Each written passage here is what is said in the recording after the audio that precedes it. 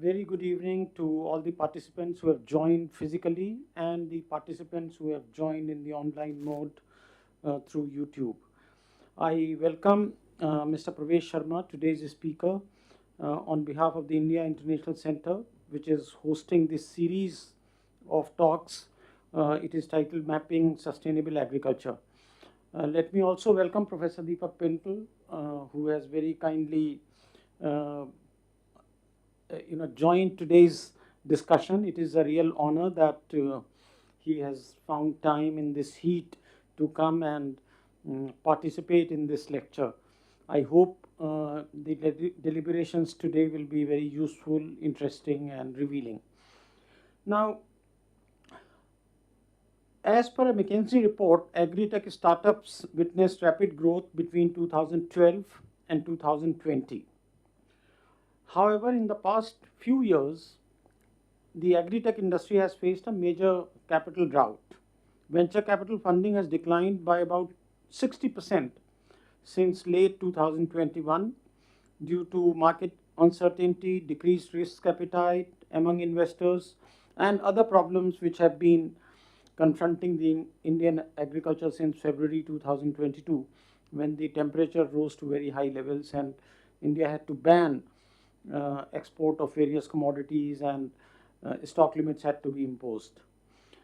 In 2023, the sector experienced a year-over-year decline of about 30% in venture capital funding.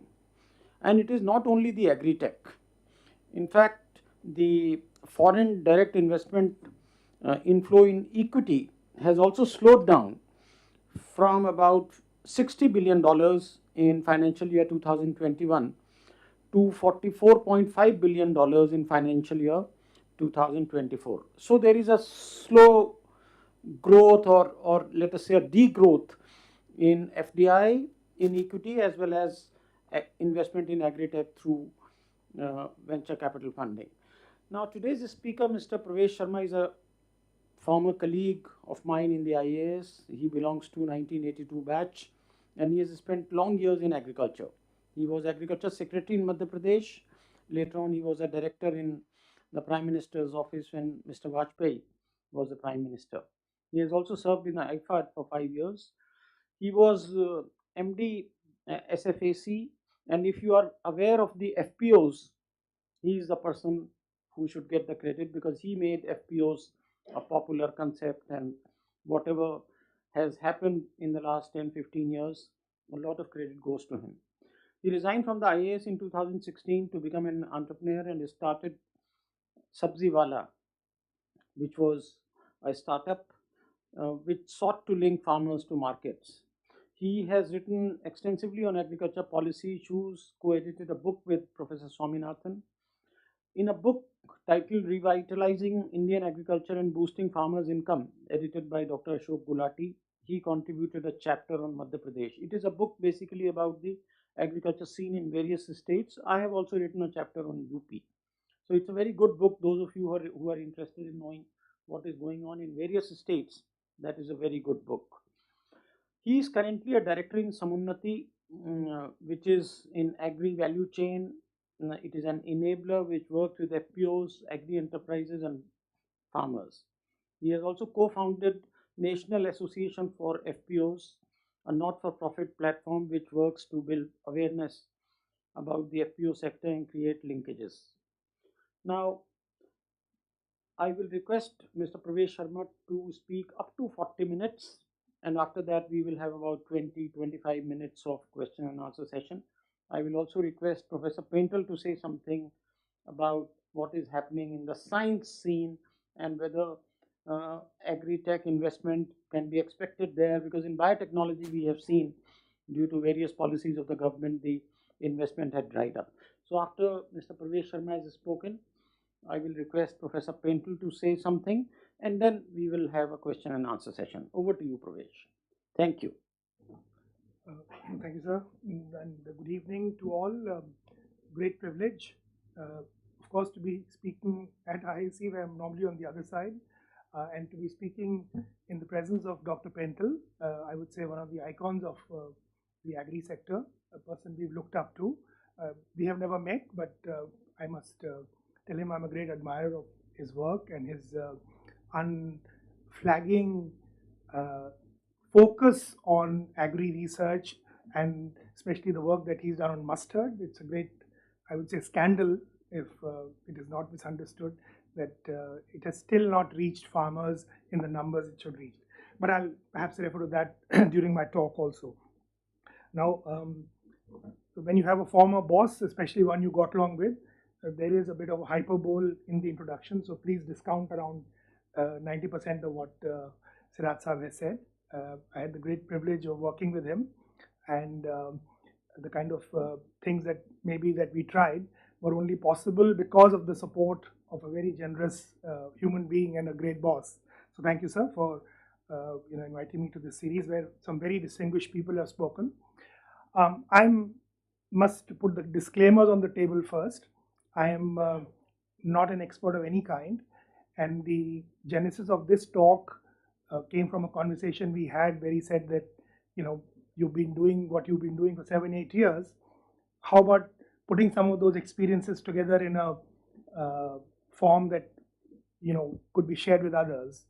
And it forced me to also reflect and think about this journey in the last 8 years, which of course has been, I would say, unstopped, relentless learning. But I learned something about which I knew nothing when I left the service. Many of my well-wishers, Siraj Saab included, advised me that I should set up a not-for-profit or some institution which could receive grants. But I felt that if I did that, then I would be one more ex-bureaucrat, setting up their NGO, looking for government multilateral grants. And if I believed that this institution that I had worked on for 10, 12 years in the government, the Farmer Producer Organization, had a commercial viability, and if banks were to be convinced, if industry was to be convinced that this is something that represents a breakthrough in some of the challenges we are facing in our agriculture sector, then I must take the plunge. Of course, the government is kind enough when they show you the door that they give you a pension. So I thought that even if I spent 2 years without earning anything, I'd still end up learning a lot. And of course, I'm very fortunate that I must have met close to, I was just telling someone, 150 investors, everything from ex-cricket stars to industrialists to very marquee names in the VC world. And that was also a great learning experience. Ultimately, we did raise money. We did launch, I launched a series of startups. There was a series of mergers and acquisitions. And now I'm part of a institution called Samunnati. It's based out of Chennai. It began as a NBFC focused on agri lending, but then when we came together, it started working on the back end with farmers and FPOs. The plan today is that I am a somewhat prosaic mind, so I am able to relate to questions. So what I'm going to do is to perhaps address a series of questions, and I hope that those questions will cover this theme of whether agri startups among the larger startup universe in India could help or could trigger a transformation in our agriculture. Even as I put those questions on the screen, I thought it would be simpler than you having to hear this from me.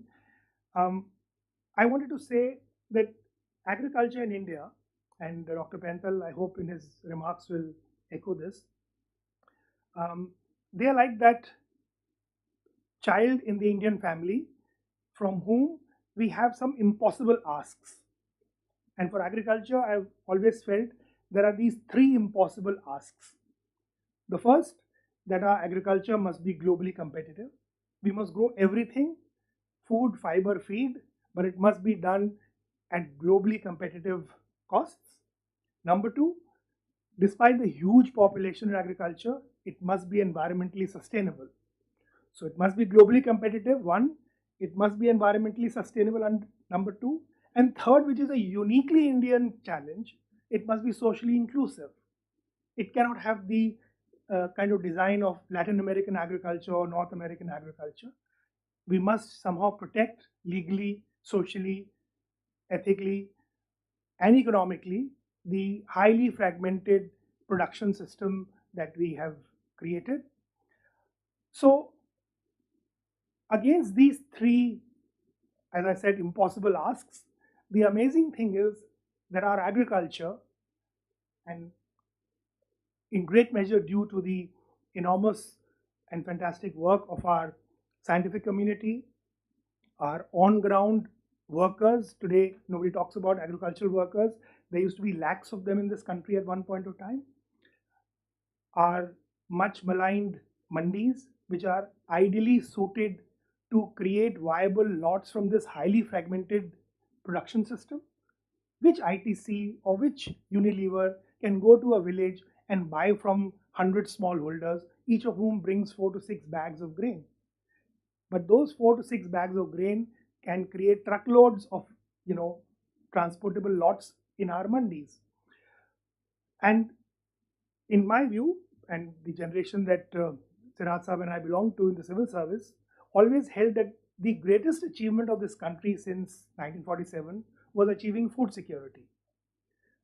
The fact that a country which grew 50 million metric tons of food in 1950 last year produced over 330 million metric tons, and we have problems of storage. Yes, there is a problem in a couple of cereals temporarily, but that's actually not really a challenge. What is amazing to me, and I still since spend 8 to 10 days in the field, I meet younger colleagues. Wherever I go, I find a collector is in the office or an SDM is in the office. I try and go and meet them.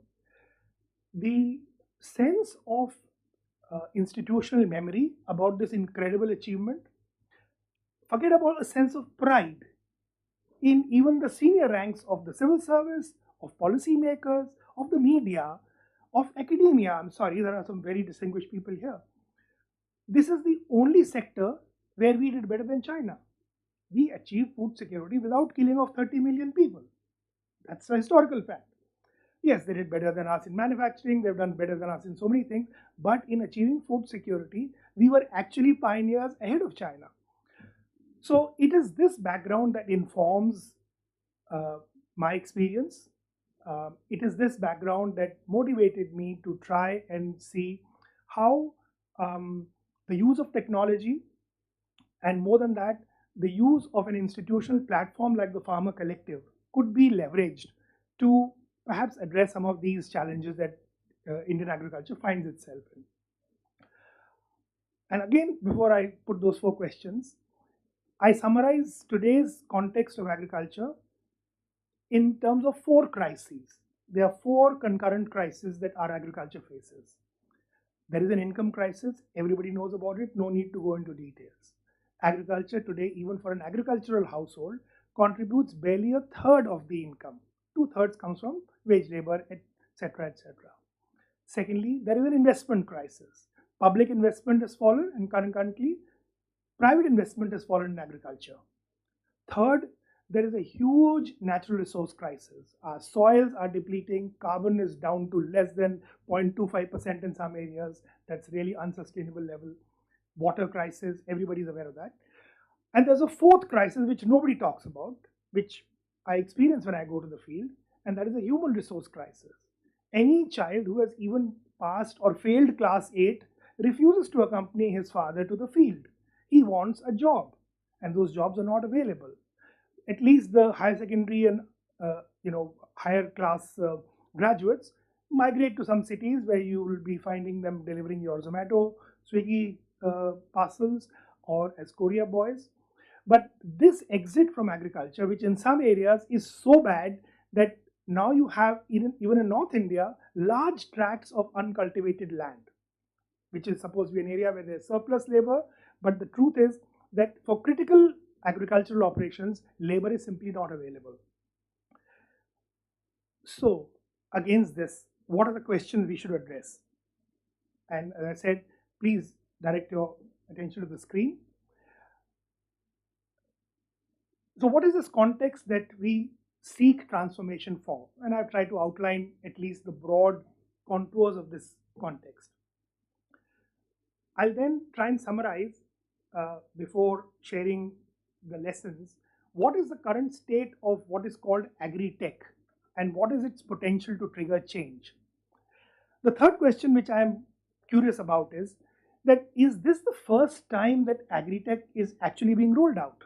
Because we believe that, history began in, okay, depending on your political choices, you can choose your year, but certainly as far as agriculture is concerned, is this the first time that we are looking at agri-tech as an agent of change? And lastly, what is it that is not happening and could be triggered, perhaps with policy addressing some of those questions? So these are the 4 questions, and I'll try and keep them on the screen for a while. I might bring on a few slides where I had some statistics which I thought will be more easy to refer to on the screen than if you hear them from me. Now, the context that we talked about is actually a product of, I would say, 40 years of policy neglect. And I am so to say, both Siraj Sahab and I are certainly fellow sinners. My dear colleague Sanjay Mitra is here, who's also done very exalted things like Chief Secretary of West Bengal and Defense Secretary, but he's kept away from agriculture thoughtfully.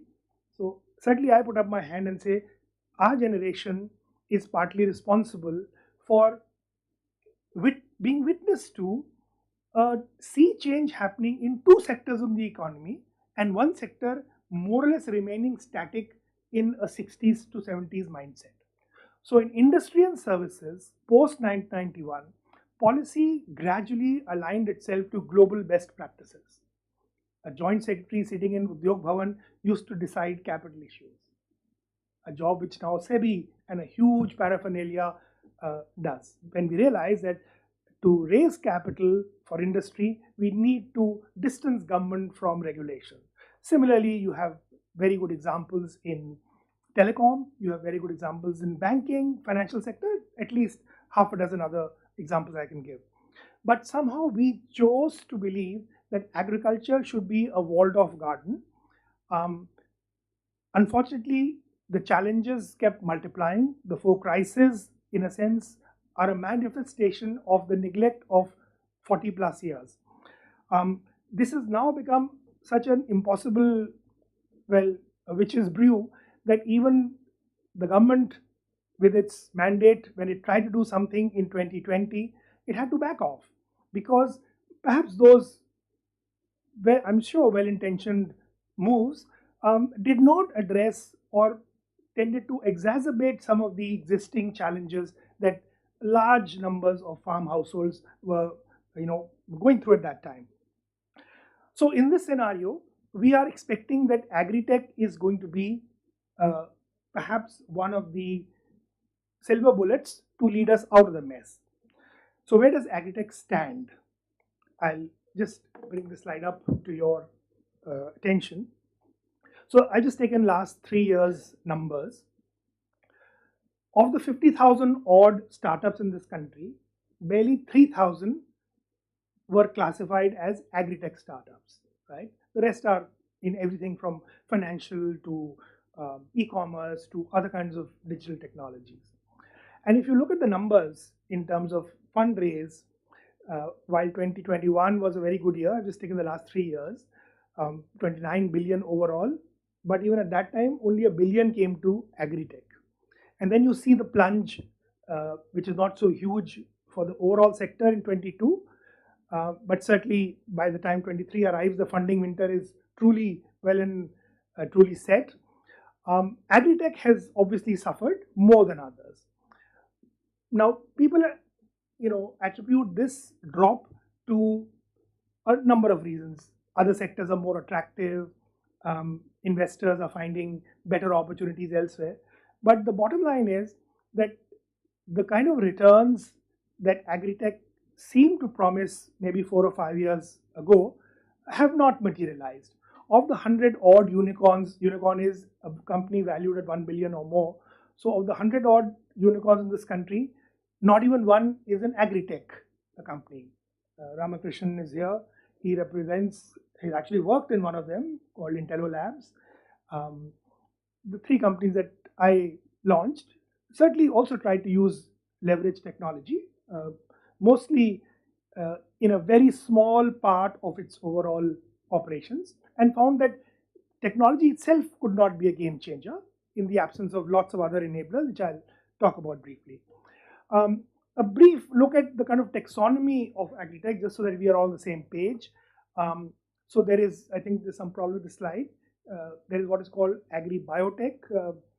Dr. Pentel would know a lot about this.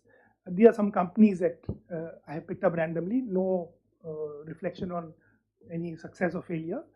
Agri-fintech is an area where there's a lot. The current company I'm associated with, Samunati is there, the others like Jai Kisan, Gram Cover. These certainly have achieved some amount of traction and have raised significant equity. There are some upstream supply chain companies. You may have heard of AgroStar, Big Heart, Gramophone. These try and address in a digital channel input supply or farm support. There are some downstream supply chain companies. Again, you may have heard some of these names: Ninja Cart, Waycool, Dehat, Licious or Fresh to Home. Many of people in this room may have ordered a chicken or a meat product from. There is post-harvest tech, which addresses cold chain or storage. So these are some of the companies which have. This is a very broad taxonomy. It leaves out more than it includes, but I just thought it might help our discussion going forward. There is what is called precision agtech. Intello Labs was one of them. Tried to use IoT for quality assaying. Drones are part of that. Digital advisory is part of that. And then there's a very nascent emerging area building these carbon markets in regenerative agriculture. So these are broadly, I would say, the 6, 7 categories. This is just for information.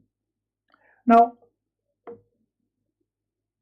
having sort of put this investment number before you and the kind of broad areas that they cover, what is our lesson? I mean, why is it that agri-tech is not playing the role that digital technologies played in areas like communications? I mean, before the coming of even the earlier, now we call it a dumb phone, but actually that mobile phone was such a great revolution for its times. Mr. SIRAJ mentioned, yes, I for a while served in Mr. Bajpayee's PMO, and he had a trade and advisory council where all the top industrialists would meet once in 6 months and give their inputs to the Prime Minister. In one of those meetings, I remember Mr. Sunil Bharti Mittal spoke up and said, Prime Minister, the new telecom policy which your government has brought in, I would like to tell you that this is going to be a game changer in the coming years. And in 2 years' time, you will see smartphone SIMs being sold at pawn shops. Everybody in that room laughed because it was such, at that time, an absurd notion that, but we all saw SIM cards being sold at pawn shops and kirana shops. If you look at media, if you look at entertainment, all of these sectors were completely changed, and you could use the word revolutionized because of digital technology. But we have not seen the same happen in agriculture. And I think it's worth asking this question, why that has not happened. It's not the lack of bright people. There are some incredibly bright people like Ramakrishnan, and thousands. I think when I was a middle-level civil servant in the 80s, I could never have imagined going into a room where half the kids from IIT are addressing some of these very basic challenges. It was difficult to find anybody outside the ICR system interested in agriculture technology. So it's not the lack of talent. It's not, I stick my neck out by saying, even the lack of investment. It's not that investment has not come in. Yes, a fair amount of investment has come in. Why have we not seen even one breakthrough? Now, I would like to share my thoughts and basically on my lessons, my experiences on the ground in the last 7 years, and these are open to challenge, of course, and I hope that we'll have some discussion around these observations. So first of all, if you compare the size of the sector, anything between 12 to 14 crore farm households, depending on whose estimate you're going for, but okay, let's stick with 12. Given the numbers, and if you recall that earlier slide, that of the 3,000 odd agri-tech startups registered, barely 1,500 are alive today. The rest have all gone out of business because they ran out of funds or they had other challenges. So the number of players compared to, let's say, the number of players working in financial services, the number of players working in entertainment or gaming or what have you, the number is, number one, completely insignificant. Now, I'll perhaps, when I share my suggestion, please, if you need to cross. I don't think these numbers are going to happen by themselves. And there is a reason why those numbers that populate media, entertainment, financial services have happened, because I believe that there is a certain enabling environment. So I don't think it's necessarily the fault or the lack of interest on the part of agri-tech players that these numbers are so insignificant. Secondly, agriculture, and Dr. Pental will perhaps enlighten us even more on this, is one activity where you have to see the entire value chain in totality. You cannot go to a farmer and say, I'll solve your soil moisture problem. But he says, look, but I also have a problem of pest attack, or I have a problem of, marketing, or I have a problem with financing. So I tell him, no, sorry, I only work on this segment of your crop. So I can't address the other issues. So he's not interested. He download your app. The maximum number of downloads and deletions have happened in the agri-tech sector. So because they try to address the problem in a fragmented way, the resonance or the uptake is simply not there. The third lesson that I have learned is that mimicking what happened in, as I said, entertainment, communications, media, the digital only approach did not work in agriculture. In agriculture, that person has historically either shared information with his neighboring farmer. That is still, as per the situational survey of agriculture, that is still the number one source of technology advice for a farmer in this country. More than 20% of the advice that a farmer absorbs comes from his neighbor, because he's in the same milieu, he's in the same agroclimatic zone, he's possibly dealing with the same canal from the water from the same canal. So that's one challenge, that the lack of a physical touch point put off and was a big barrier for especially smallholders, especially in our central and eastern parts of the country, to access. This is now giving rise to a, I'm sure, unintended digital divide, because parts of the west or the south where literacy rates are obviously higher, farmers are slightly better off, connectivity is better. These farmers are increasingly relying, at least for weather advisories, at least for market price information, and maybe 2 or 3 other non-crop production related issues on digital sources. So as you go across the middle of the country, north to south, if you divide it in half, roughly, with Meerut being the dividing line, you'll see that these interventions thin out and are completely lost by the time you reach the innards of Bihar or Jharkhand or Orissa or Chhattisgarh, and certainly most parts of the northeast. Related to this, and inevitably, and I hope that some of the ladies in the room are going to resonate with this, we are further increasing the gender divide in agriculture. The irony being, especially in the poorer households where women are increasingly women are being relied upon to keep the family farm alive as the male migrates out for wage labor, they, because of the lack of access to smartphones or in any case given social norms, they are being completely left out of whatever services or products that digital agri-tech solution providers are giving. We've seen many households where there's one smartphone, but it is rotated, and the order of preference being, of course, the head of the household, then, of course, the children who either use it for studying or entertainment, and last, maybe sometimes the woman, but most women say that we may use it in the afternoon for looking at a few videos or entertainment. Certainly, it is not a source of information for them regarding agricultural knowledge. Data access, data privacy, regulatory issues in the whole agri-tech sector are completely absent. Policy making is still focused on production-oriented, shall we say, mindset. So obviously these are not issues that policy is engaging with. The problem is today, after I'd say almost a decade of random connect to service providers, I don't know, Ramakrishnan might like to also share his thoughts when we have the question now. Farmers today are absolutely resistant to sharing data with anyone, including their own institutions like cooperatives or FPOs, because they say, we have shared our data with so many people, we don't know what has happened.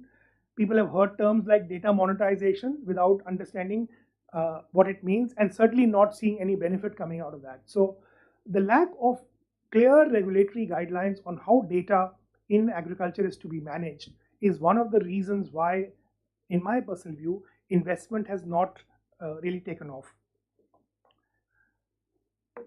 So the net result is that investor interest is limited, funding is thin and getting thinner. As you saw, the worst casualty in the overall downturn in startup funding is agri-tech. And this is unlikely to change unless I think some trigger comes from policy, and I'll share some thoughts about that towards the end. So far, I again stick my neck out, happy to be challenged. So far, anywhere in the country, including the better, shall we say, serviced south and western parts of the country, no scalable model has emerged. Not a single agri-tech company has been able to bring out an IPO. Not that that is necessarily a sign of success, but it at least shows that there is investor interest and there is a possibility of future growth.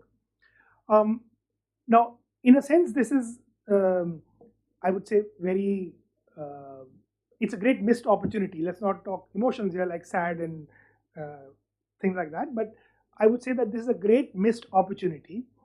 Already the decade that we have lost, we in a sense, we have put ourselves at a disadvantage compared even to countries in our neighborhood. And when I say neighborhood, I don't mean Sri Lanka, Pakistan, Nepal, but certainly if you look at Southeast Asia, where similar, certainly production systems exist, where smallholder agriculture dominates, there is a far greater integration of technology in the agri space, leading to savings in costs of production, leading to savings in wastage, leading to higher incomes, leading to better resource use. So these are the missed, I would say, opportunities of not having a thriving agri-tech sector. Now, what is the lesson from our previous episodes of using agri-tech as a change agent? And I've summarized this in a slide again so that you don't have to hear me droning. And I look at this in three phases. The first, of course, the Green Revolution phase. For its time, that was truly revolutionary technology. And we have one of the active participants. It's a great privilege, sir, to have you in this session. But that extensification, can you imagine a sector which relied completely on, where the farmer completely relied only on local inputs, shared seeds, saved seeds, was transformed in as little as less than 2 decades into a highly complex, input-dependent, shall we say, chemical-intensive agriculture. So this is what I call the extensification of technology phase, where we put through an entire ecosystem with people like Dr. Penthal at the top in apex institutions doing cutting-edge research, but taking it to the field through a whole army of extension agents. Siraj Saab, I'm sure in UP, I in Madhya Pradesh have met old extension workers who have told me that, you know, when we would first take a bag of fertilizer to the farmer, people would throw stones at us because they said, ये हमारे फसल को जलाने आया है. They were afraid those chemicals would burn the crop. And because all these extension agents had targets to cover, they said we would sometimes go in the night, dig a hole next to the farmer's field and bury that bag of urea and then give our report saying, yes, I have distributed the urea. From that to, I'm sure everybody has read stories of police firing on farmers trying to raid the urea bags in the godown, right? But I would say that that was a great achievement. The lead actor, of course, was the government. It actually achieved in significant parts of the country this green revolution technology absorption, which led to our food security. A second phase starts in 2010 for about a decade. This is led by the private sector. This is our unheralded cotton, led by BT cotton seeds, and maize revolution, right? Now, by this time, the government extension army has either retired or not been replaced. When I took over as Agriculture Secretary in Madhya Pradesh in 2006, there were 11,000 sanctioned posts of extension workers. There were 4,500 people in place. One of the things that I can, immodestly talk about today is that I managed to convince Mr. Shivraj Singh Chauhan at that time that, Madhya Pradesh is not going to see the kind of IT revolution of Karnataka. It's not going to see the industrial revolution of Maharashtra. Please revive the rehiring of extension workers. And I must say that he understood it. So it is one of the few states where they started rehiring. I wouldn't know the number right now. But the second phase is driven entirely by private extension work. We did a paper which Siraj Saab is talking about in ICRI, and I'm talking about 2017-18 numbers. There were 3 lakh private extension agents controlled by private input dealers in the country in 2017-18. In that year, there were less than 1 lakh government extension agents. So 1:3. You can imagine the reach of the private sector. And that's why we had the cotton revolution and we had the maize revolution. There are some problems we've run into, but I'm saying that let's not run away from the fact that we actually had it. A third phase begins in 2011, which we are currently going through, which is what I call market-led agriculture, where investment and technology is focused on areas of high returns. And the highest returns in agriculture currently are dairy, fruits and vegetables, poultry, livestock.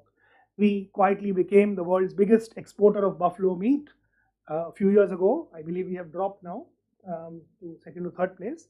But that was again entirely driven by the private sector. The lessons from these 3 distinct and different phases were agri-technology. Look, agri-technology doesn't only have to be digital. The green revolution technology was agri-technology. BT cotton was agri-technology. The hybrid maize seed were cutting-edge agri-technology.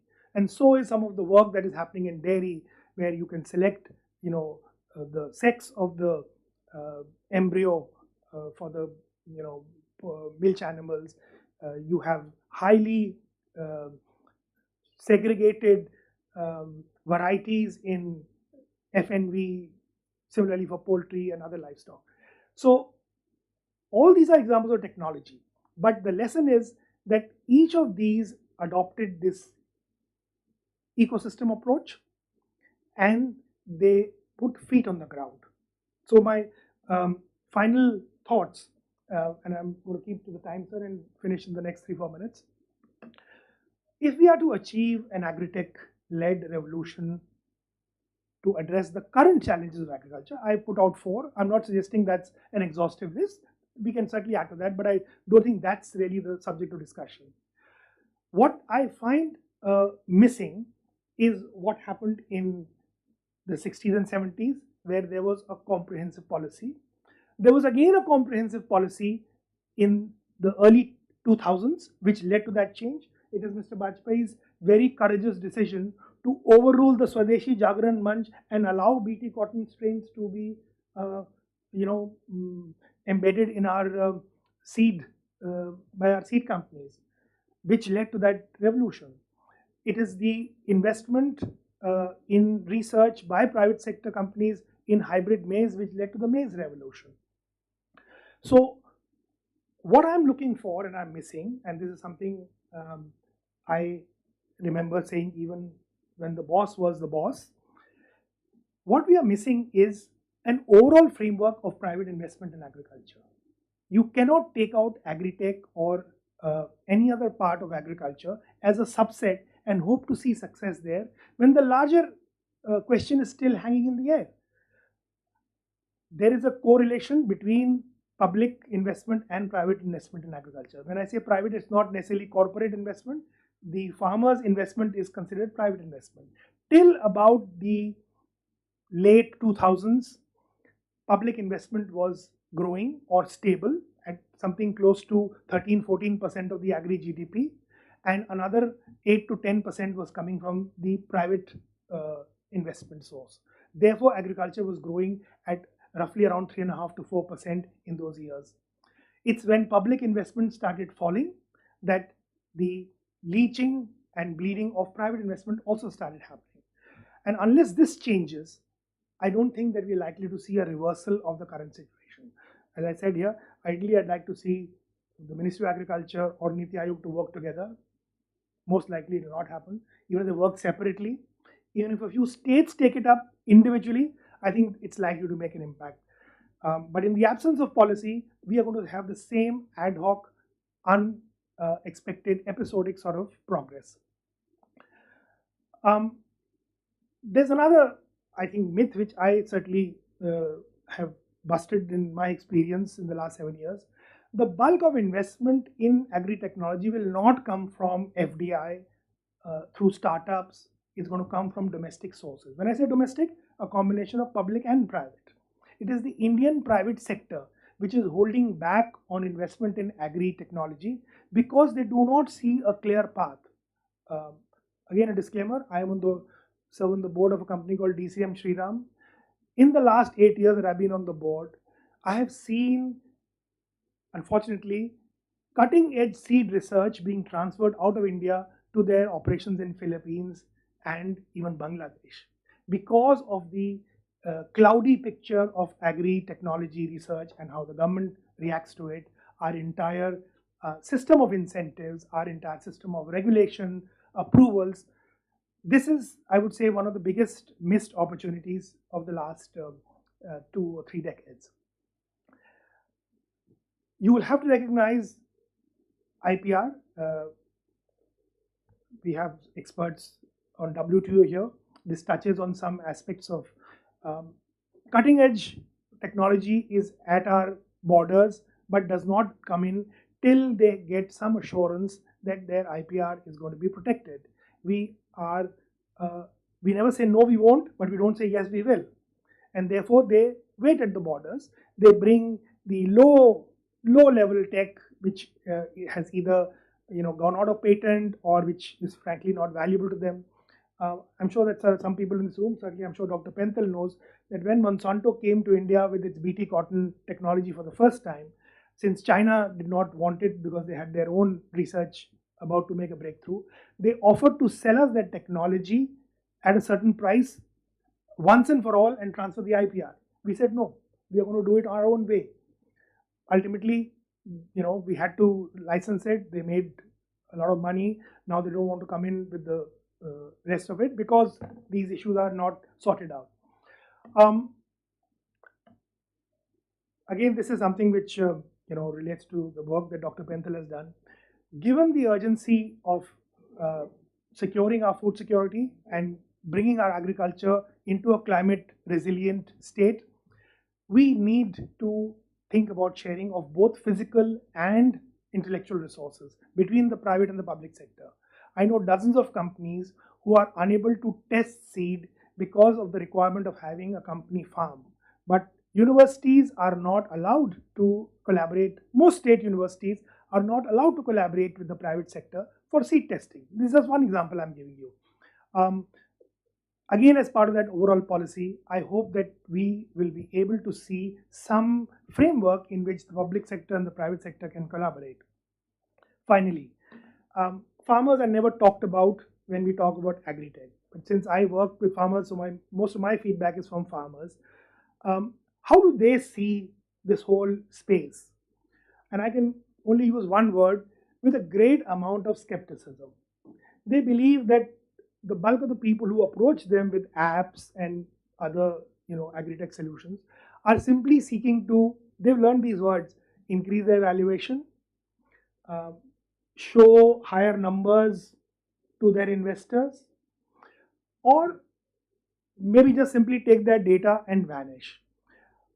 How can farmers be made stakeholders in this entire, uh, I say this in many forums today. Of course, we have a wonderful distinguished mixed group of people, but normally I say all these things among agri-tech either investors or players.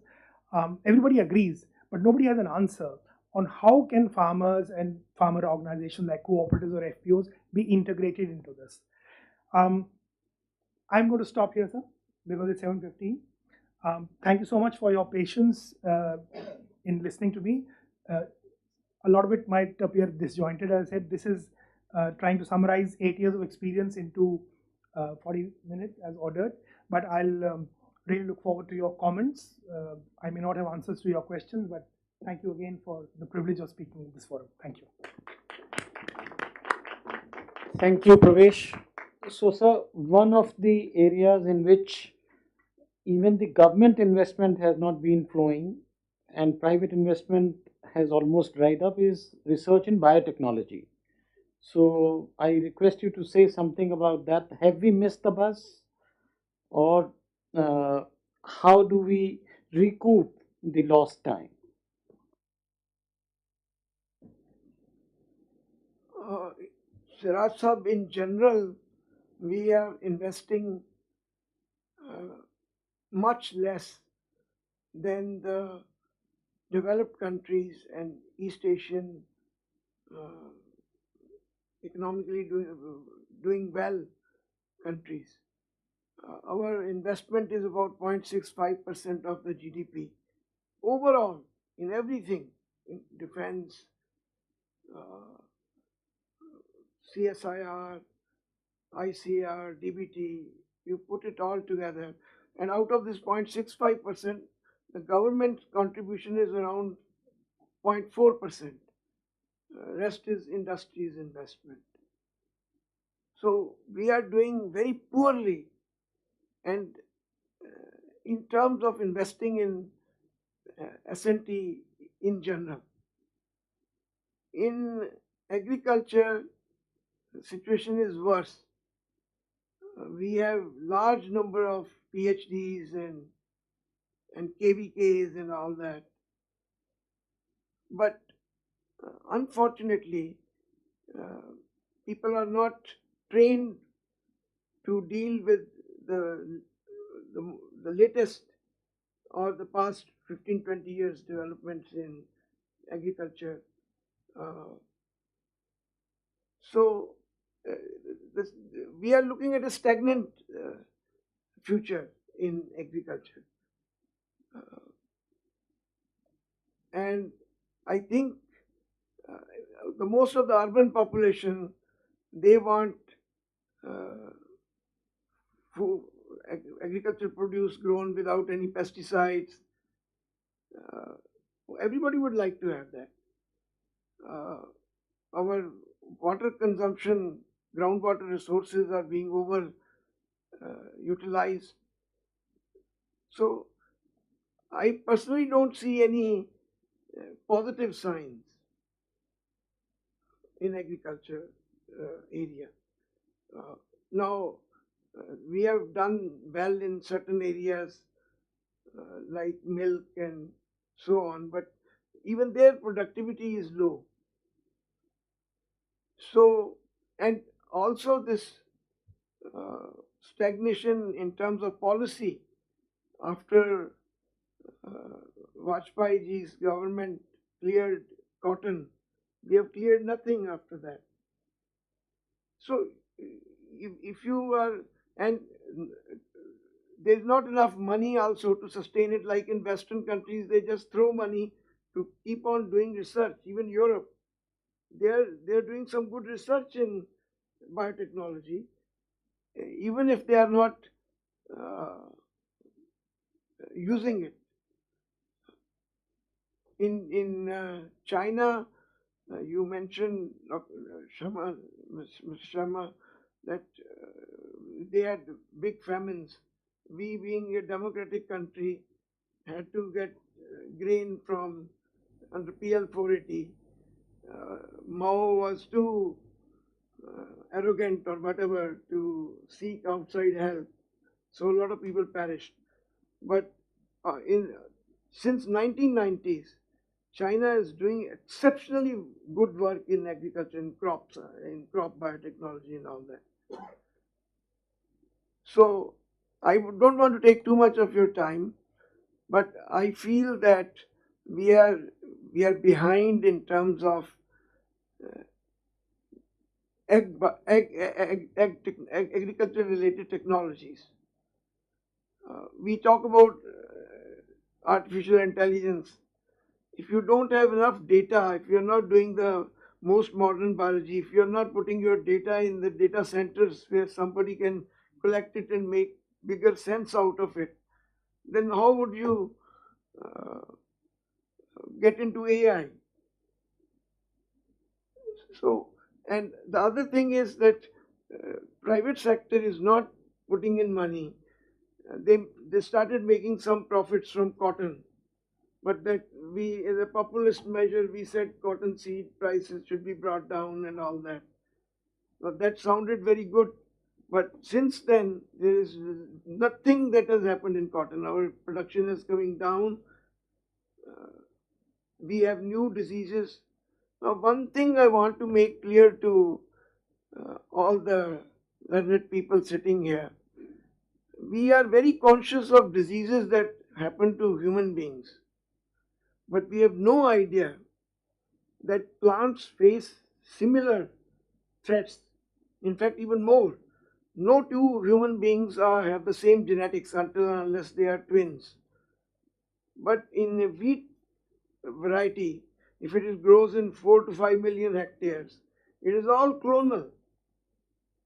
And the most remarkable piece of agri-tech work that has been done is like rust resistance in wheat.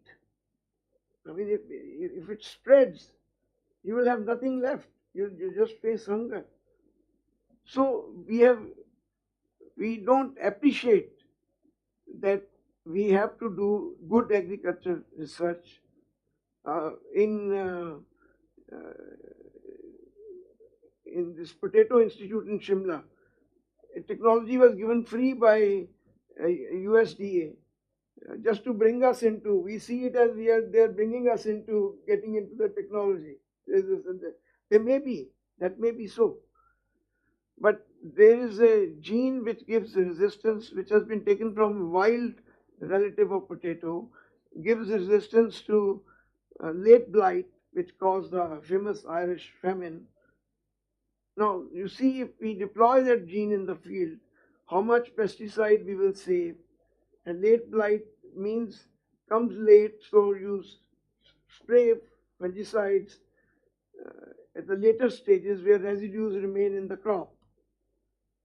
What I can suggest is two things which I think the government should do.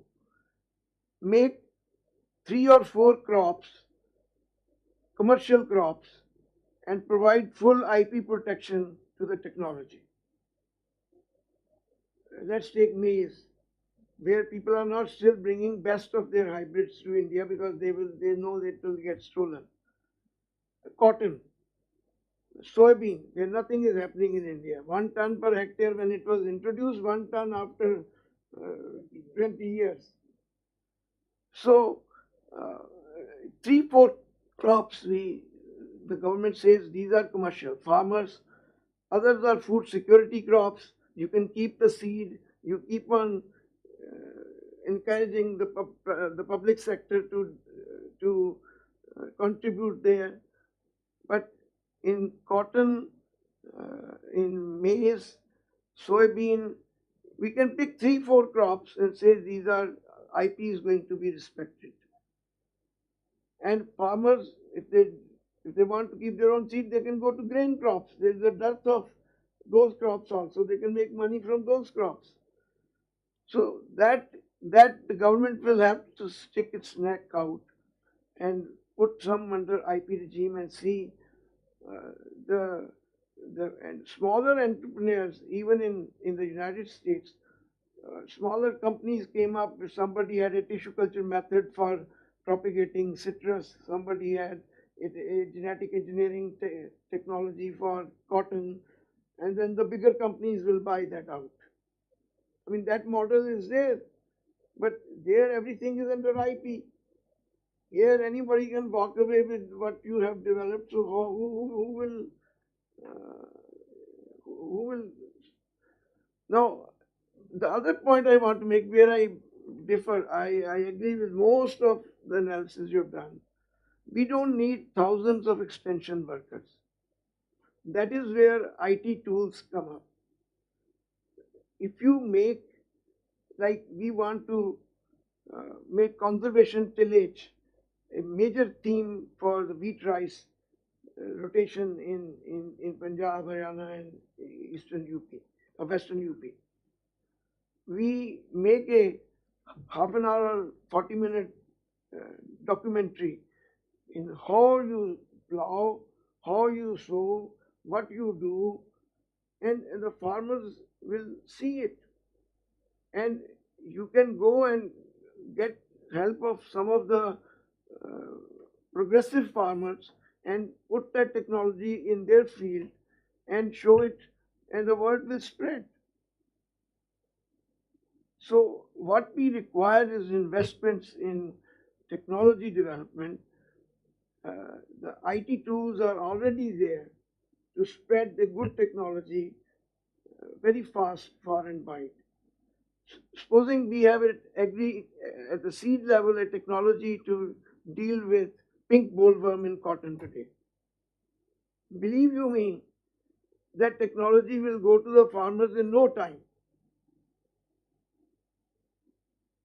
So I think we need to invest into R&D.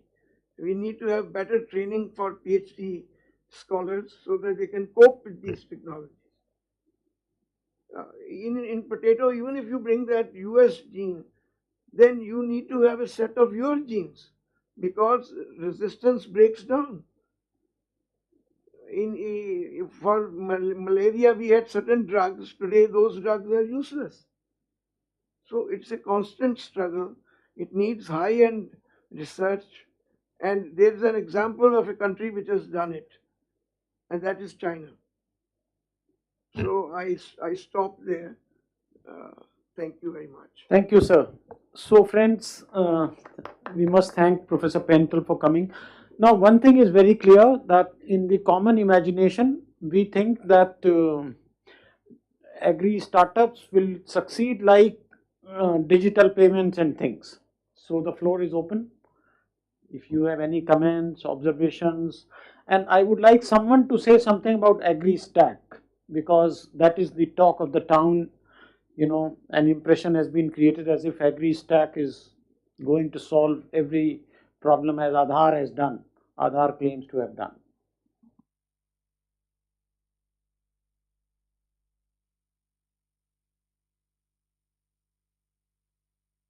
Self and carry on. Yeah. So first of all, thank you so much for allowing me for this opportunity to bring up such an outside perspective into the panel, and giving my background. Like I belong to a small village in Uttar Pradesh, but I'm currently working with TCS as a assistant data scientist, and we are working on a project for a German client, and that is in digital farming. So being an Indian, we are helping them to grow at a really great scale, and they are getting really great profits out of it. Their farmers are making really great revenues, and somehow I get stuck into the thinking that why these kind of models are not being implemented in our country. That's one thought. And apart from this, like to putting my insight on that, like what I have observed since my childhood. Sir was talking about that trust, that when any outsider or any technical person is approaching the farmers, they have a lot of skepticism towards them, right? what what I feel like putting empathy and putting myself into their shoes. So that is, in past we have done, like we have seen this kind of events, like I'll take a very small example. In 2022 there was one yojana called drone. With help of drone, farmers were said that okay, we'll provide the drones and you will use pesticide sprinkler and that, like that, right? And I remember that lot all the people from the village were got the announcement from the pradhan, and there was a whole long queue for like log line for 5 to 10 hours. And that was time of this summer, like this. So in villages there is no such infrastructure that we are waiting and sitting in a comfortable way, right? We are sitting in a long line, and there's a summer hot everything. For 2 or 3 days it went on, and then the whole data was collected, that okay, how much land do you have, how many drones will you need, what that kind of observation happened. But later this everything vanished. There was no coming back. There was no response later. So this kind of events actually like demolish that trust building part. So if we are coming with any plan or any yojana, I think, as sir was mentioning about that, how to think with help of filmmaking, with help of videos. If we are putting those kind of insights, and initially we are giving very small promises and making them clear or making them completed, that might that may help in making the situation better. So with this, yeah, I think. May I, Siraj? Hi, Deepak. Myself, Dinesh Abrol. I work with the CSIR and had interest in agriculture, WTO, IP, very many issues. But and at the moment, I'm convener of the Kisan Mazdoor Commission, which we have set up to follow up on the Swaminathan Commission. See, I think Pravesh did put that issue on the table, that who will control agriculture? You know, there is a fear factor in the farmers very clearly, that if the corporates are allowed to control agriculture, whether via agri startups or through the larger agri business, they are going to be the losers. It's their experience. And some might be, apprehension only, and it may not be truth. But that's a matter which we can discuss it, whether what the corporate sector is doing, whether it is generating trust or not in them. And if you don't build really this particular factor into your discussion, you are not going to be encouraging any kind of investment from the private. And if the public sector investment, why should it be restricted to a few techno fixes? You have 90 kilometers from here, IIFSR, Indian Institute of Farming System Research, Modipura. Yeah, wonderful work they've done. They're working with 4 governments. A number of universities have done it. What I find is there's a fascination with certain techno fixes. But really what will allow farmers to control, and that is what the integrated farming system is. Multiple enterprises. Mahapatra can write a preface to that particular, I'm talking of the Lochan. He can write a beautiful, that this is the way forward. But there is no support from the Ministry of Agriculture or from the Niti Aayog or from even now. While it is an all India coordinated research project, it has survived. Despite all the techno fixes which we are talking, those revolutions are failing. And that's come out of your own crisis assessment as far as it's concerned. You are not willing to try out solutions which are being tried out in the ICR system itself, which actually will depend upon private investment of the farmers, and including can be of the kind of various kinds of aggregators. One can think of it. But no, we are and we made earlier also this mistake during the Green Revolution also. We never listened to many things. And Can I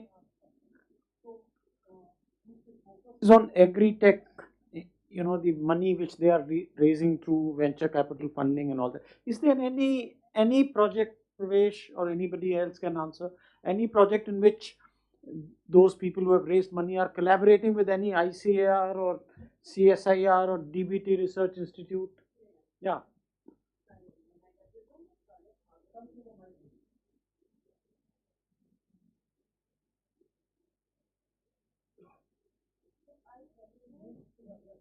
Yeah. Is it audible now? So I represent my startup is Harvest Global, and we are incubating at ICAR. And it's a very, I would say, collaborative program wherein the government funds, puts in some fund. And of course, this from us also as startups, we quoted this challenge that somewhere the inclusiveness in the mainstream business is not there. We spoke about precision agriculture. So precision agriculture, it's like the unit economics is not viable at a farmer level. They cannot. So the way we did, with the farm, with the fertilizer thing, subsidization of a fertilizer, only then the fertilizer, could become viable solution for a farmer. Otherwise, if you see without subsidy, the DAP bag, costs about 1400 bucks.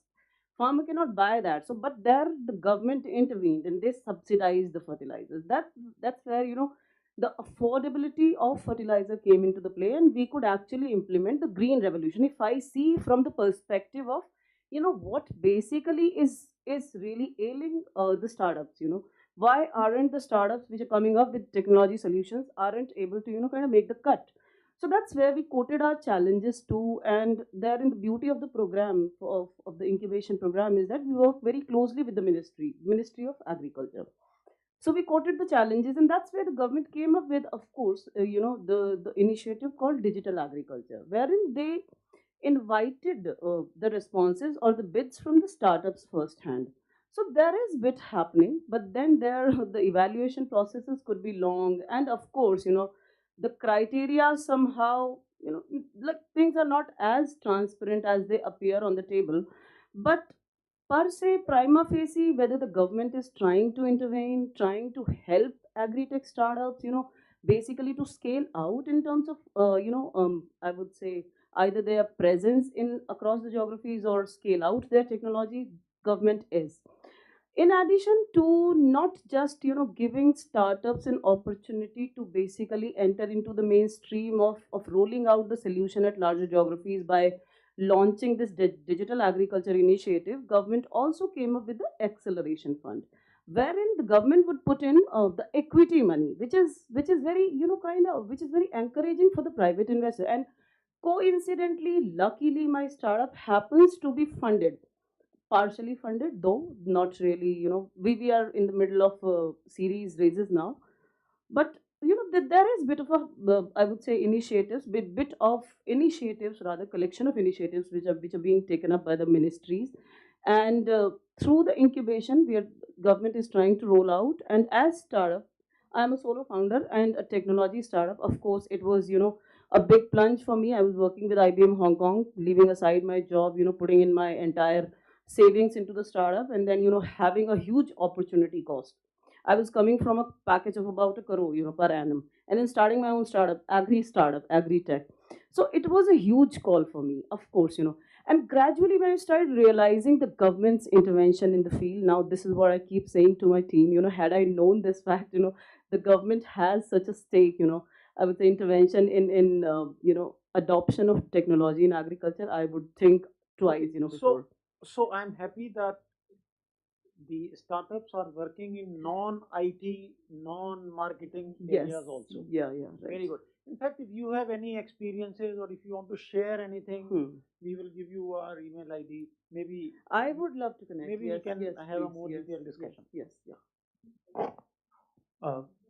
Can you brief what your startup is doing actually? My startup is an AI platform for crop monitoring, agriculture monitoring, near real time. Monitor. We monitor agriculture spread at a very, very fundamental level. you know, the total land which is covered by agriculture, you know, in India or across the globe, and crop wise classification. So we are into multiple class classifications. So, you know, the process basically starts with, you know, speaking in parlance, in subject specific parlance, you know, LULCs, land use, land cover maps, and further going to the segment specific insights about agriculture, what crop is, you know, what crop basically is there, what is the spread, you know, of the crop, what could be the tentative production. And then our business model is B2B, and we are selling the solutions to agri insurance companies. So we were, briefly came the mention of agri stack. I believe, you know, agri stack, of course, you know, there is a huge, I would say, wave which is on the verge of being adopted by equally the businesses and by the government and farmers. Of course, once the system is ready, information system is ready. So they're in the insurance companies. They have a modus operandi. Now this, you know, it's basically to settle farmers' claim. You know, if there is a loss that has happened on the field and farmer is claiming for the loss. So there is a scientific system that has to be used in order to calculate the level of claim or the level of damage. So that's where this plot level insight generation or insight database is Your really startup is working in a particular geography, or helpful. So we are like satellite based. We provide satellite based solution, no geographic or restriction no, on so us. Global. so the government of India is taking data from you? Uh, or the we we front- have we have sold the data to You have UP. GIS images. You have GIS images. Yes, we use GIS images, satellite maybe- images. Maybe she can share information. Maybe we can have another discussion. Let me. We have Sorry, Insurance. insurance, global supply chain players, and of course state governments. Government, anyways. No, your concern is not the farm. Sir, I am a latecomer, so sorry. I am Dr. Shahnwazul Islam, representing ICAR, Indian Council of Agriculture Research. But there is one institution, Indian Agricultural Statistical Research Institute, and this is the only institution which is looking at AI application in agriculture. Absolutely. So- And may I please add just one line? maybe. Yeah. So in Actually, fact, we just when I just entered, I listened to this gentleman. He was talking about drone and all those things. So whatever, and you also put the word precision agriculture, yes. and you talked the DAP and all. Right. Actually, you have to go deep into agriculture, then you will understand what it is. Actually, during the let me speak for 2-3 minutes. I will be fruitful. So, during the green revolution, also there was some standard practices that was recommended. That okay, this much of inputs or inorganic fertilizer need to be given for a particular crop. It was very successful in Punjab and Haryana farmers. They started raising it, the input. The yield again multiplied with some fold. Then they increase it further. Second year, third year, fourth year, it collapsed.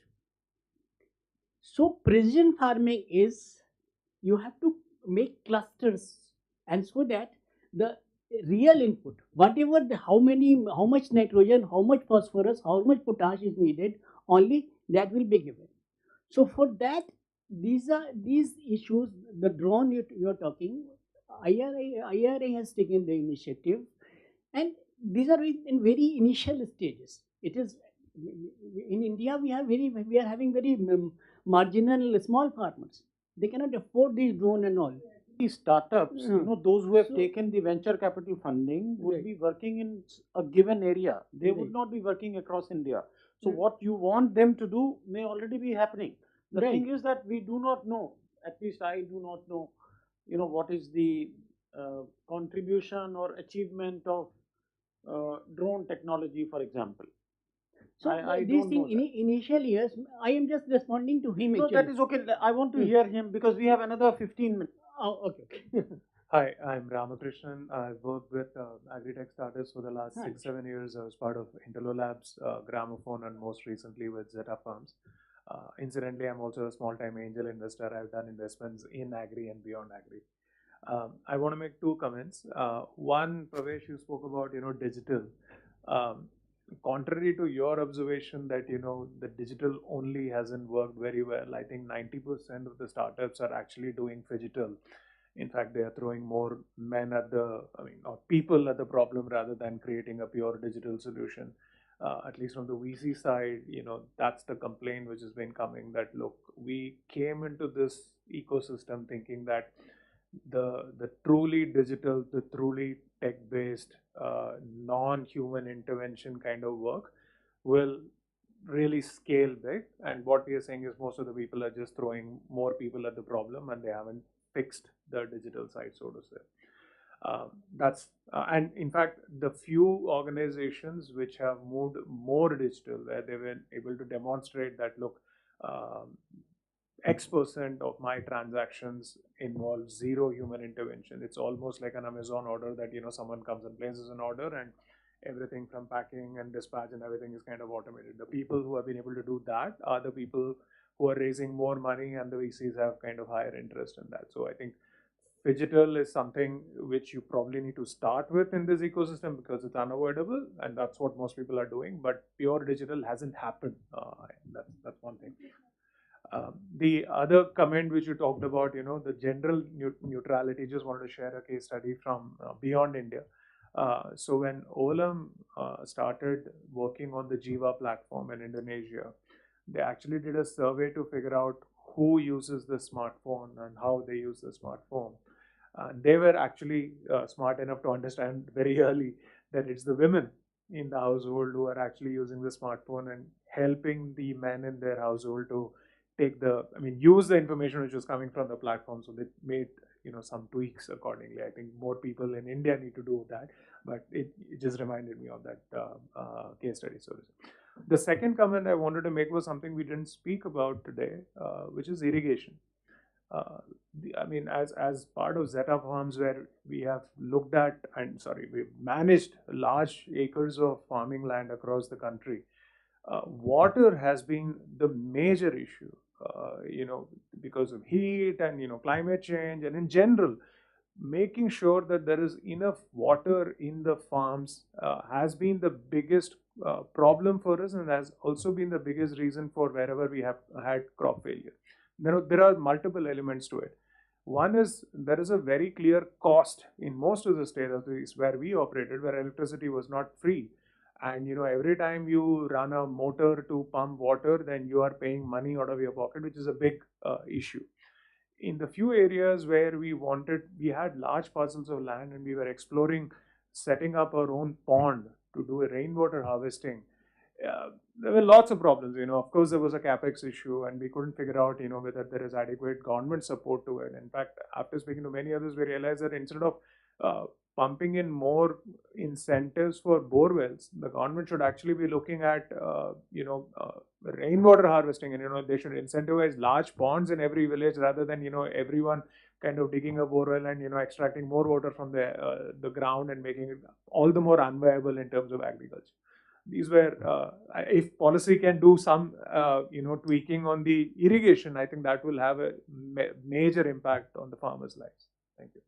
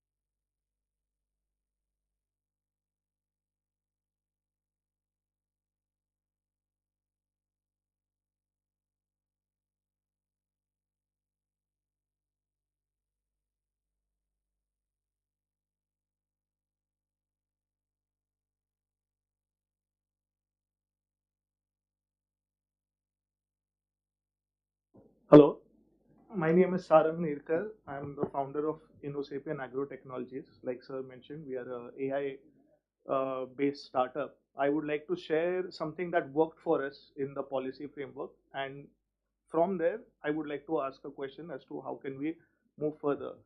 Uh, we have been supported by IRI, Pusa Krishi Incubator, and we were lucky enough to get a grant under the RKV by Raftar scheme, which supported 189 farmers for a particular cash crop. And luckily, or rather, what worked for us is from those 189 farmers, people in that cluster were able to identify that this is a good technology, and we were able to scale from 189 to 2000 odd farmers in that particular cluster. We have sort of saturated in that cluster. How do we move from those 2000 to say 20,000 farmers in some other geography? Like, I would like to get your suggestion as to how we can move further from there. But RKVY Raftar scheme really, that seems to work quite well. I've seen a lot of startups succeed because of that, because it takes away the risk factor for the farmers. That, initial pilot has been funded by the government, but and from there you can scale to a certain point. But how does one go beyond that? How do we, move from 2,000 to 20,000?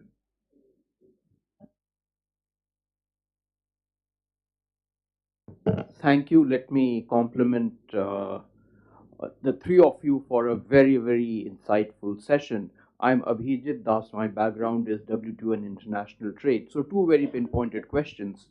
Both Pravesh Sharma sir and Dr. Paintal mentioned about inadequacy of intellectual property rights. What I'm wondering is it the question of inadequate enforcement of plant protection varieties? Or do you think that the provisions of Plant Protection Varieties Act itself is insufficient, number one? And number two, there is a push to convince developing countries to open up their agri-tech sector to foreign players, particularly from US. What do you think would be the implications for us in India if we were to go down that path? Thank you.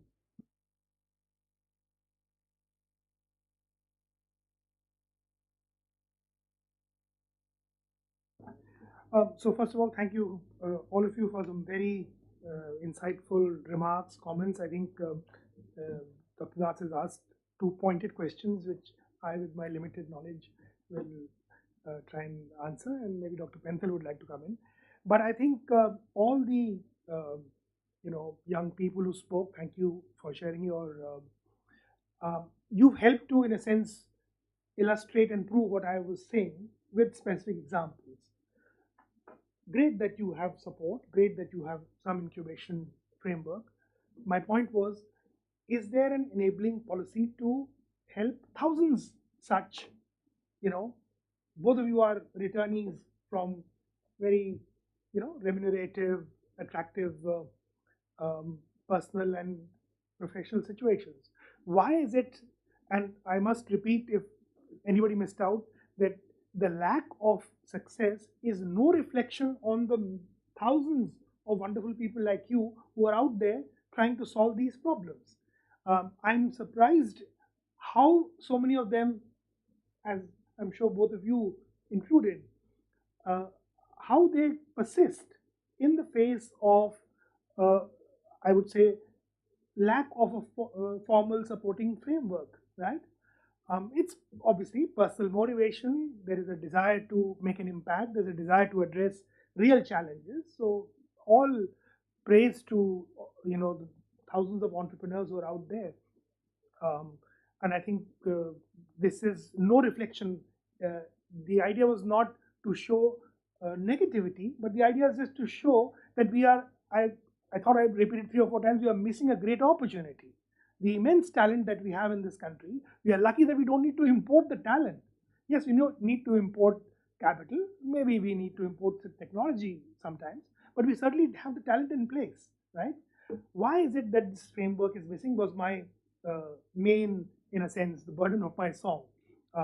There is a missing elephant in the room who we are all addressing, which we once were part of, looking after. We were never riding that elephant. We were only, feeding it and doing all kinds of small jobs around that elephant. but that elephant has to actually take this call. Many individuals in these ministries, in ICAR, they are outstanding people who understand the problem, right? The work that you and your colleagues are doing. I know that Niru Bhushan in the ICAR, this startup incubator, she's done wonderful work. But the fact is that the larger policy framework is missing. It's like when India raised maybe a couple of thousand crores per year in what is called market capital sometime in the 70s or 80s, it was considered a huge amount. Today, on a daily basis, your stock markets deal with several lakh crores of turnover. How did that happen? I always use that example. It's because you created an entire ecosystem and you realize that well-run, transparent capital markets following best practices globally are necessary for our private sector to raise investment capital. You did that, right? A lot of people gave up power. And I can tell you that our tribe, the bureaucracy, was the most resistant. That no, our country is not ready for it. But it happened, right? And we have today a very mature, largely highly respected regulator, which is why lakhs of crores churn through your markets on a monthly basis. How do we replicate that in agriculture, in a place like agri-tech, to address these problems? And Ramakrishnan, I completely am with you that my suggestion was not that people are failing because they are adopting only a pure digital approach. No, they are very practical, and they are this unique Indian word phygital, which people abroad have to be explained. When you go abroad, you say, no, we are following a phygital. What is this? It's not an English word. No, it's a combination of physical and digital, right? But people have done that jugaad because they have adapted to the local reality. Great. Personally, I don't think that unless we solve the connectivity, the access to the smartphone, we'll be able to go down this pure digital mode. But yes, there is a challenge of cost, there is a challenge of, and again, maybe end with my one suggestion that the bulk of this investment will have to come domestically, right? It cannot come through FDI. We cannot expect VCs to fund us to address our agriculture problems. I thought Dr. Pentel made an excellent suggestion that you free up a few commercial crops. I think that's an outstanding idea, sir. And I wish that we could share it with the people who could do something about it. Then you will find that an ecosystem will emerge around it. Then startups can use AI maybe for a limited number of crops to begin with. Maybe it's too ambitious to do it for 36 crops at one go. Let's do it for a crop where there's value being added, where everybody can see some returns on their investment. Fine, let's start with that. There were other remarks which I completely, I'm going to come to his, the toughest question came in the end. Now, he's of course the expert on international trade and the whole WTO framework. I know nothing about it, but I can say one thing.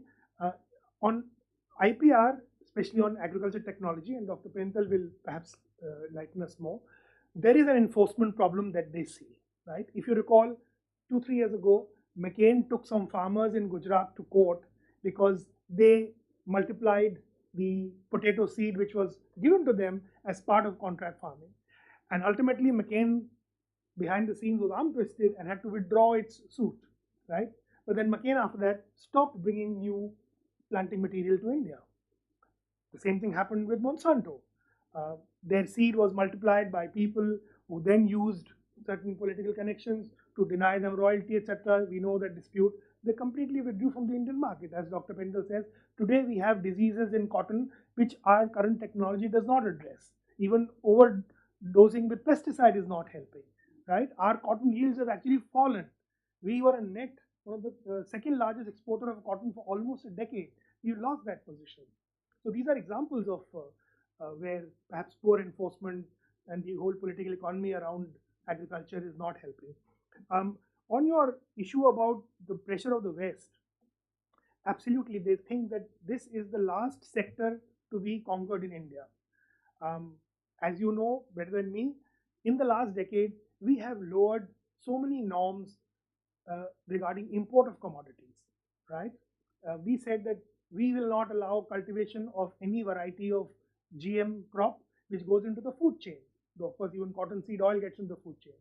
But you and I know that we changed the norms for import of canola oil, which has a GM origin, Soybean oil, which has GM origins, today we are allowing that. We have allowed the import of so many varieties of fruits and other products by and on all the food products where we are not insisting on the non-GM certification. Um, Eventually, geopolitical factors will perhaps force us to open up our markets even for commodities. This year, we may actually need to bring in wheat, which is happening for the first time since 2000, maybe 6, 7, sir. So I would not like to talk too much on that. I'll only say this in conclusion that agri-tech cannot be seen independently of what is happening to the larger private role in agriculture. Let's keep the focus on the bigger picture and not just pick out one feature and say, no, this is not working. That's because the larger framework is not conducive, is not incentivizing private investment. That's where I'll place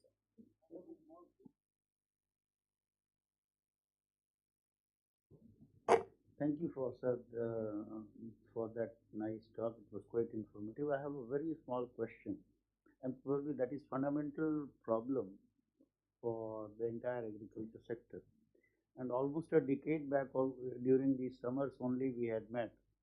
How to address the problem of fragmentation in agriculture? That's the fundamental problem, and in fact, the problem of investment and people who will invest would seek returns. Their bottlenecks will all be addressed if we are able to manage fragmentation. So, how to manage fragmentation? Fragmentation is not the cause. Average landholding in China is smaller than ours. Average landholding in Japan is half of ours. They don't have a problem of managing the smaller plot size. That's not the issue.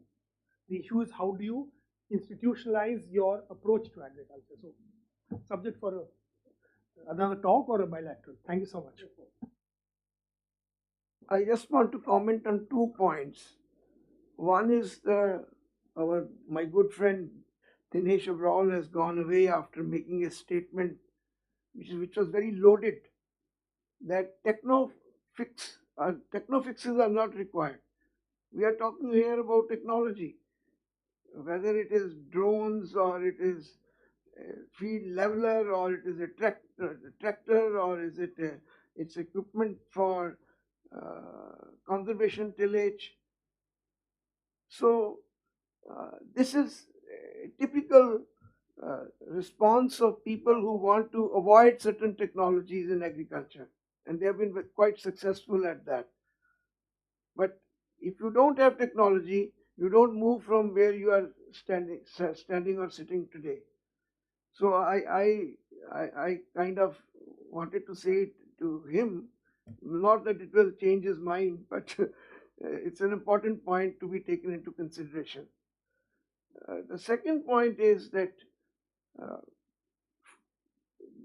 in the self-pollinated true breeding crops like wheat and rice, the farmer can keep the seed. So it is very difficult for the government to allow swing of farmers. It will create such a bad blood. But hybrids are usually stolen by one company to the other. That is where you should stop.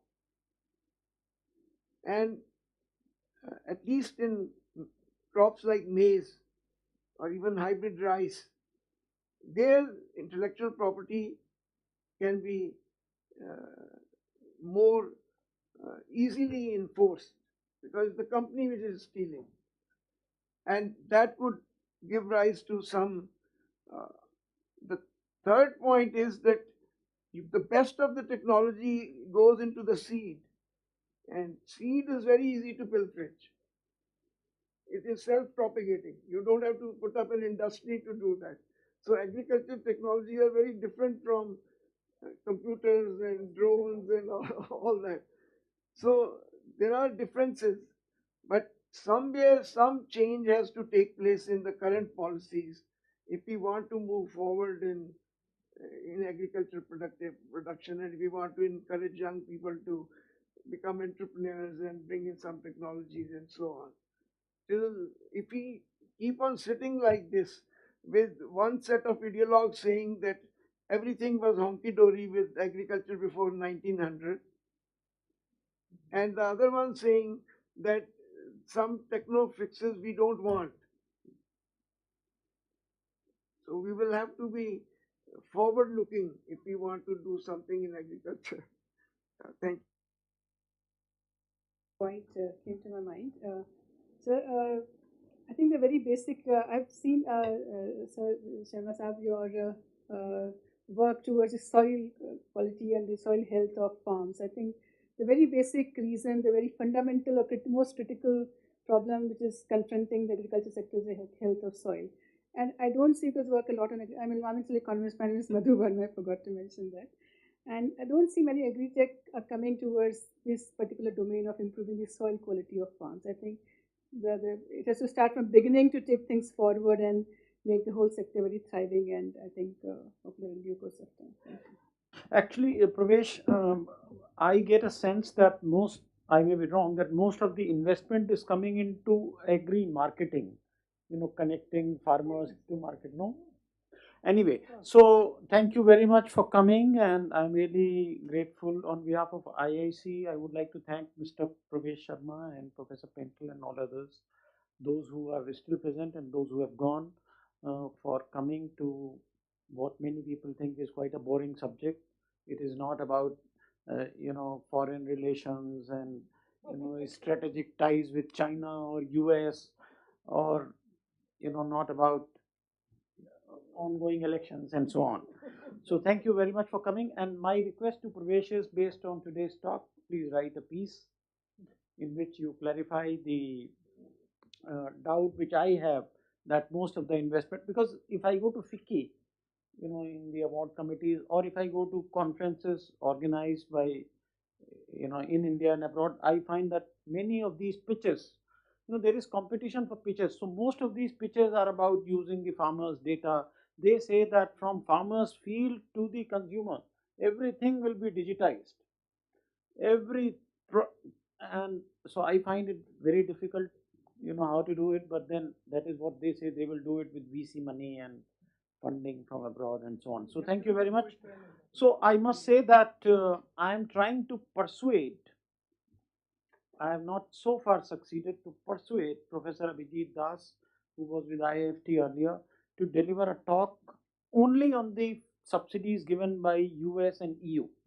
He said that he will also talk about subsidies given by China.